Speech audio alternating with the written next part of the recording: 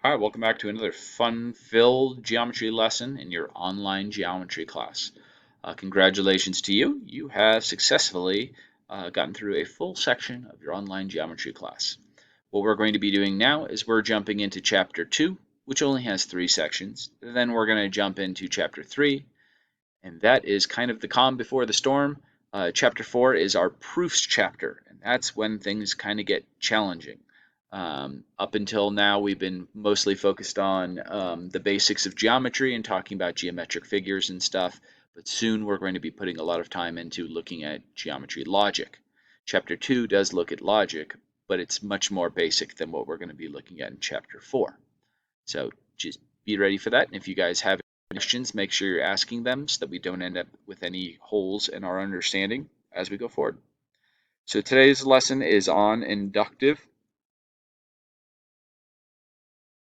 reasoning. Okay. Now, the start thinking part kind of introduces what inductive reasoning is. It says Aaron looks back at his agenda and notices that 2 Tuesdays ago he had a pop quiz. And last Tuesday he had a pop quiz also.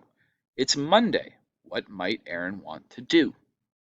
Well, if he is looking at the patterns here, and if the pattern holds true, then he's most likely going to have a pop quiz on Tuesday. So what should he do on Monday? Study. Okay, it's not guaranteed that he's going to have a pop quiz on Tuesday, but looking at the past few weeks, it seems as that is the pattern that the teacher likes to hold. So what is inductive reasoning? Inductive reasoning is what Aaron did here. Inductive reasoning is using specific examples to come up with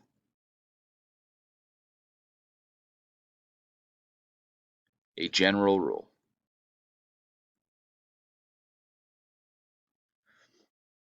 Now, there's something called deductive reasoning, and that's the more like surefire way of reasoning. What that is knowing the general rule and answering a question about a specific example. For example, if we had the general rule that all mammals were warm-blooded, and then I said that dog is a mammal, well, since the general rule is all mammals are warm-blooded, then we know the dog has to be warm-blooded as well, using the general rule to come up with something about the specific examples. Now, this isn't a surefire way. The inductive reasoning is going the other way, looking at specific examples and trying to come up with a general rule. It's useful, but it's not like a guaranteed way of reasoning, or it's not a surefire way. For example, if it rained Wednesday, the next Wednesday it rains, the next Wednesday it rains, the next Wednesday it rains. Well, we could come up with we think we see a pattern that every Wednesday it rains, but that's not guaranteeing that every Wednesday it's going to rain. Especially in math. So in math, if you guys want to prove something is true in math, you have to show that it works in infinitely many cases. That's the symbol for infinitely. To show something doesn't work, you just have to show it doesn't work once.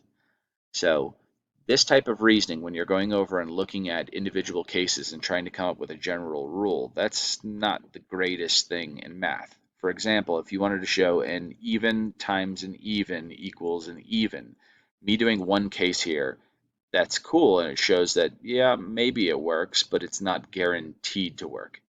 If we were to go over and want to show that that was the case in all examples, or if this was the true rule, then we would have to do it and show that it works in infinitely many cases. And we'll talk about that later on in future classes. So what is a conjecture? A conjecture is just going to be an educated guess.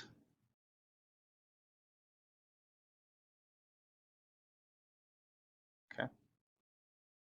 So in science, you'd probably call this a hypothesis. But what we're going to be looking at is different sequences or different situations, and we're going to be trying to come up with a conjecture, an educated guess about what the rule is. If we're talking about real-world examples of inductive reasoning, uh, really it's anything where you're looking at the past and specific examples to come up with a general rule.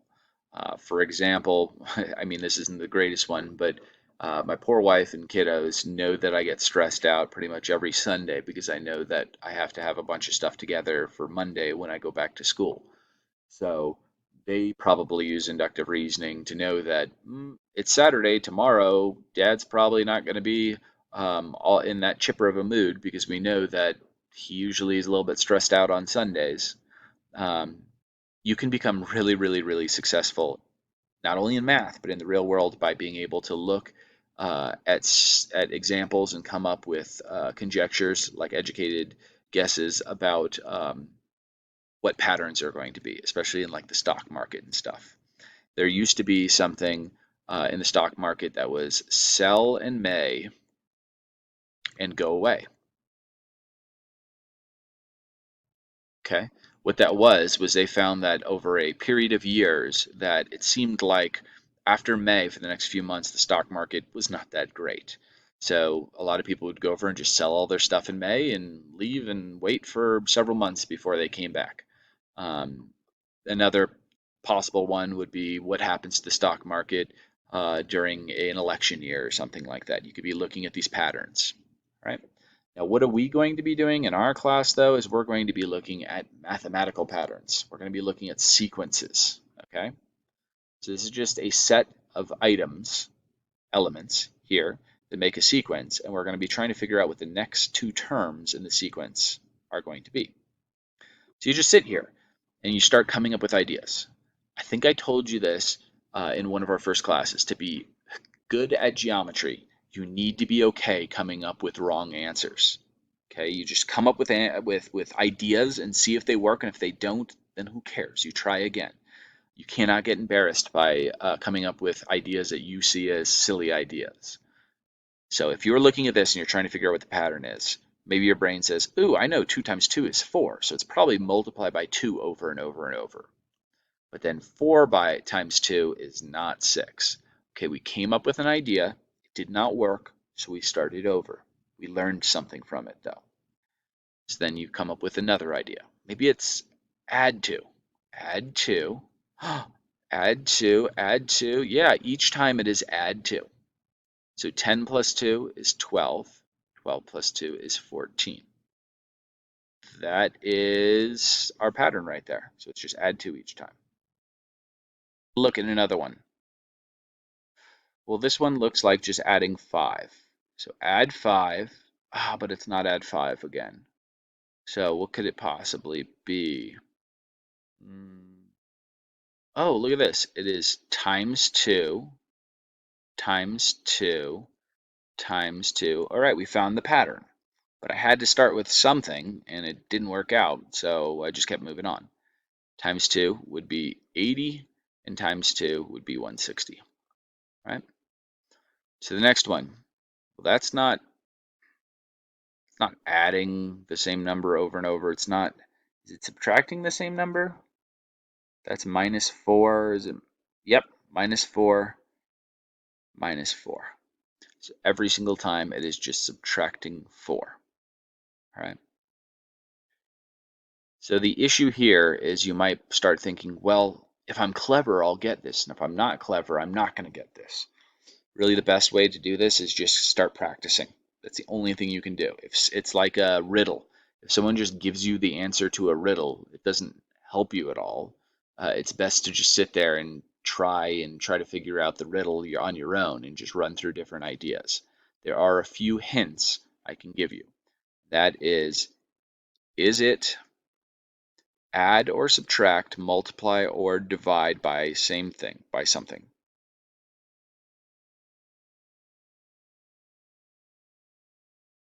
Okay, is it add, subtract, multiply, or divide by some number over and over and over? Okay, next one. Does it have to do with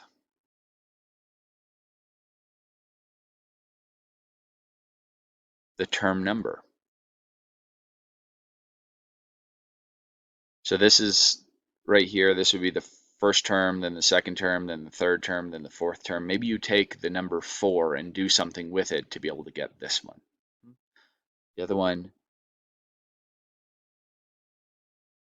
does it have to do with?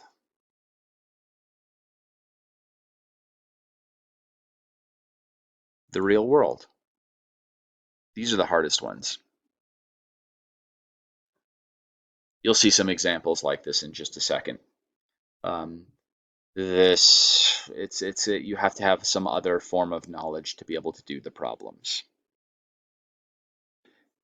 Last one, is there a decreasing or increasing sequence to what happens?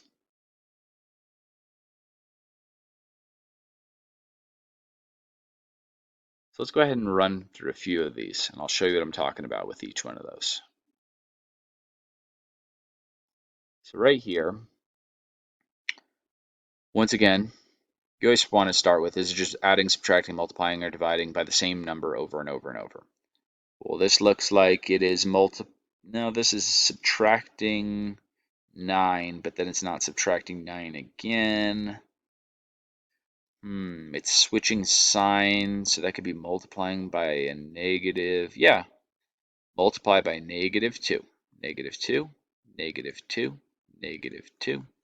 So multiplying by -2 gives you 48, and then -96. So that one would be multiplying by the same number over and over and over. Okay.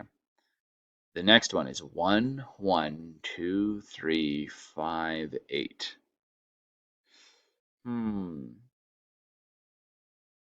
Well, here's your hint. I'm going to give you one more thing. Does it have to do with previous terms?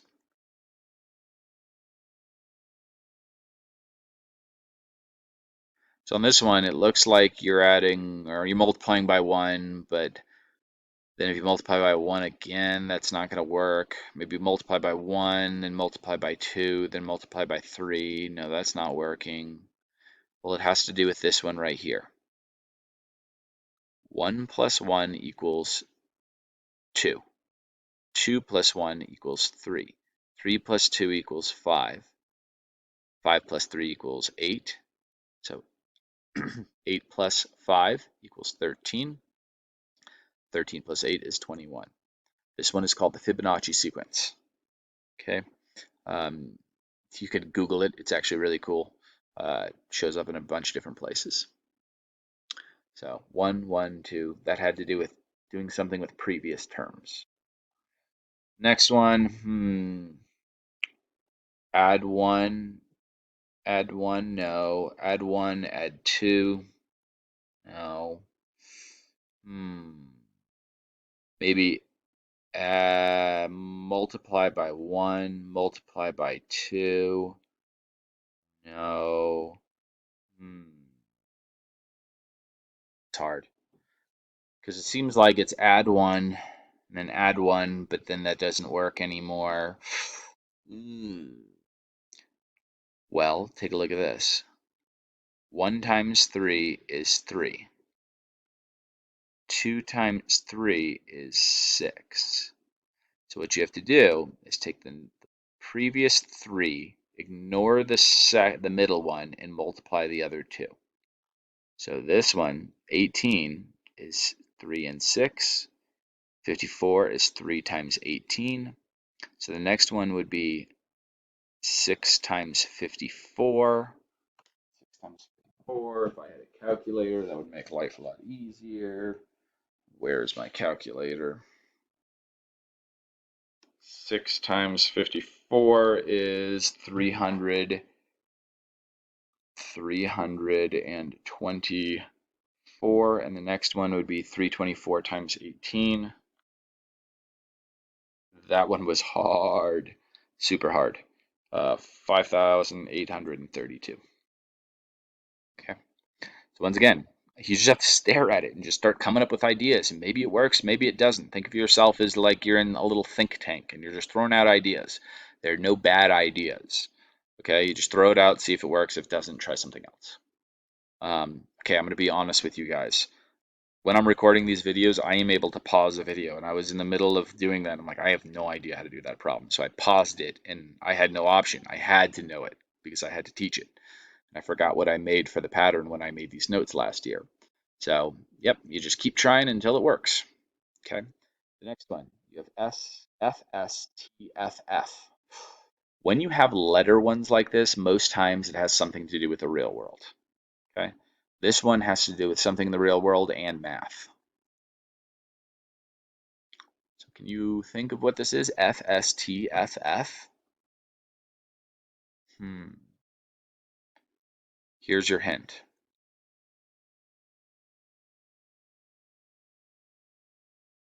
But one starts with an O, Mr. Gallagher. Yeah, but first, second, third, fourth, fifth, sixth, seventh. That one was hard too. Okay. That was just first, second, third, fourth, and so on.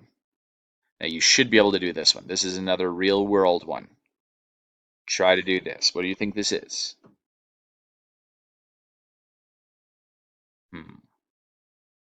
It is days of the week.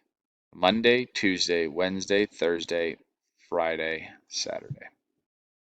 Oops. Okay. So it's just trying different ideas. Now, one thing you cannot put is it is not going to be MTWT, MTWT, M. You can't just say it's this thing repeating itself over and over. Next one, ABDEGH. Well, it's just AB, skip C, DE, skip DEF, GH, GHIJK.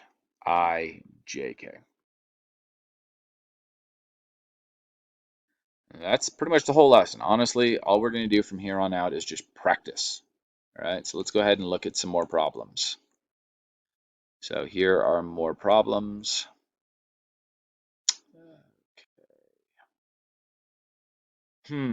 So if you had to look at this one, what's it gonna be? I think the best thing for you guys to do right now is just pause the video and try these.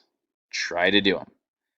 Now you might be tempted just to not pause the video, but pause it. You're not going to get good at these unless you practice on your own. All right, hopefully you guys paused. Let's take a look at this one.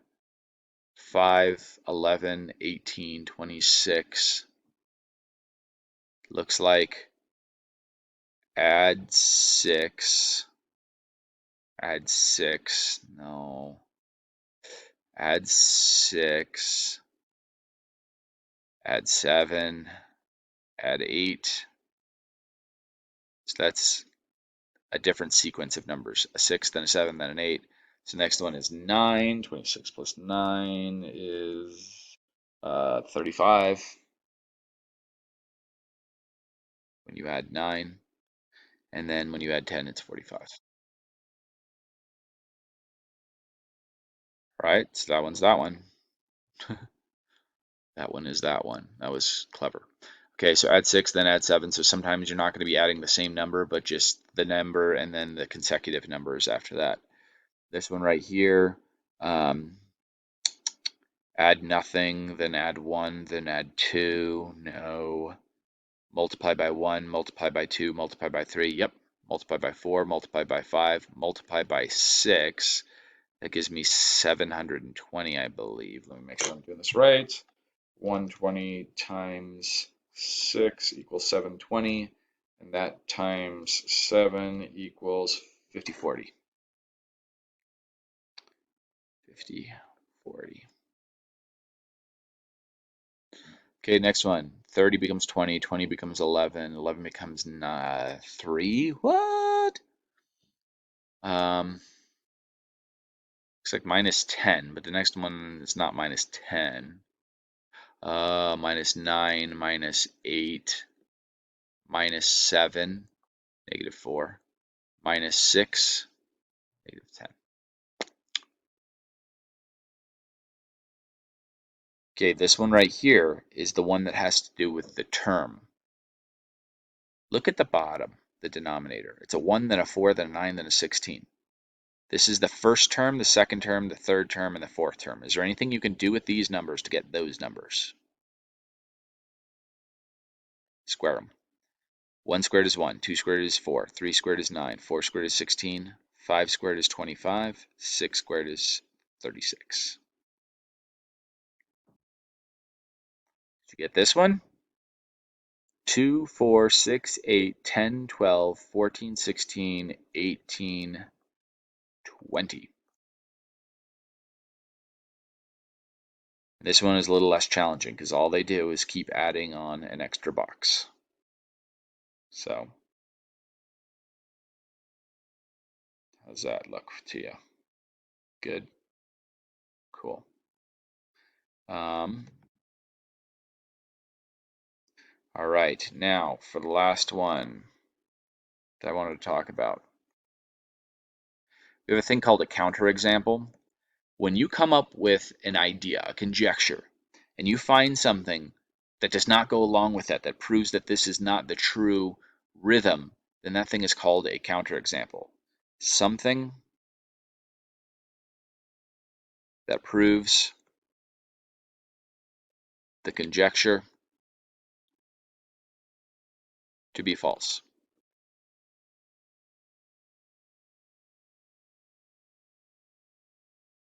So here, for example, like let's say we thought that this was a rule. If you have 3 points, you can make a triangle. For sure. Look at that. Can anybody think of an example of 3 points where you can't make a triangle? Point, point, point. Can't make a triangle. So it would have to be 3 non-collinear points. Next one, when you multiply a number by 2, it becomes larger. Can you think of a number that you multiply by 2 and it doesn't get bigger? What's a counterexample? Counterexample would be like negative number. Negative 5 multiplied by 2 gives you negative 10, which is smaller than the original number. Let me show you one last thing to finish this up with. Something that is an example of when you can run into issues when you are trying to use inductive reasoning. Back in the, I don't know, like 2010 or something like that, I started getting into stock trading. And I'm a mathematician, so I'm looking for patterns. And I thought that patterns told you everything. So take a look at this. You have the S&P 500. There's these 500 stocks, and they figure that that represents the stock market as a whole. Okay, so it went up, up, up, up, up. And by the way, you can buy into the S&P 500 rather than buying individual stocks. But anyways, here it goes up, up, up, up, up, up, and then it drops down. It goes up, up, up, up, up, and then it drops down. It goes up, up, up, up, and up. So if you wanted to talk about really quickly what happened here, this was something that they called the dot-com bubble. It was when technology was just coming out in the early or the late 90s, early 2000s, and people are buying stuff just because they thought it was tech. So dogs.com, yeah, let's invest in that.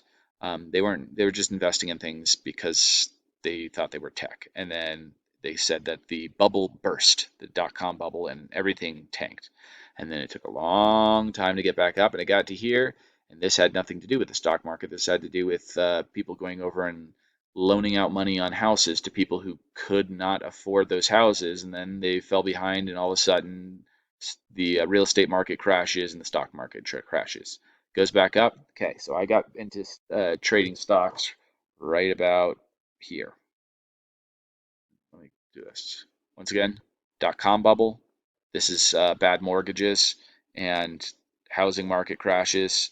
So anyways, goes back up. I'm about here. I'm a mathematician. What in the world would you do seeing this near perfect line? What would you have done in 2013 if you were me and you owned stock? Well, you'd probably sell, sell, sell, which is what I did. Was that the right thing to do? Well, look, it had to be. It had to be. People had to have just started selling stuff off here. It was a good thing for me to sell, right? Well, let's take a peek and see if that was the right thing to do. Let me open this up. S and P. Okay, move this over here. Okay, let me show you the S&P. Here's the S&P. Let me go ahead and zoom out. Now, remember that right here was where I thought about selling. I was like, oh, probably should sell because it was in line with this one and this one. Well, what ended up happening? Boom, boom, boom, kept going up and up and up and up and up and up. And I was like, oh, it's gotta drop. It's gotta drop. So I just kept hanging on to the little cash that I have. I'm not playing with big bucks. I'm just a teacher here, but um, I just kept waiting for it to tank, waiting for it to tank, and it never tanked, and it never even got close to where it was before. Not only that, but you guys probably know that the stock market crashed a bit in March. You can see here, it's already back up to where it was. So, anyways, what I'm getting at here is sometimes it's good to use inductive reasoning. Sometimes inductive reasoning can cloud your judgment. So that's pretty much it. Inductive reasoning is using specific cases to come up with general rules. It's useful, but useful to a certain point. I hope that made sense and enjoy doing the homework. Thanks a bunch for watching.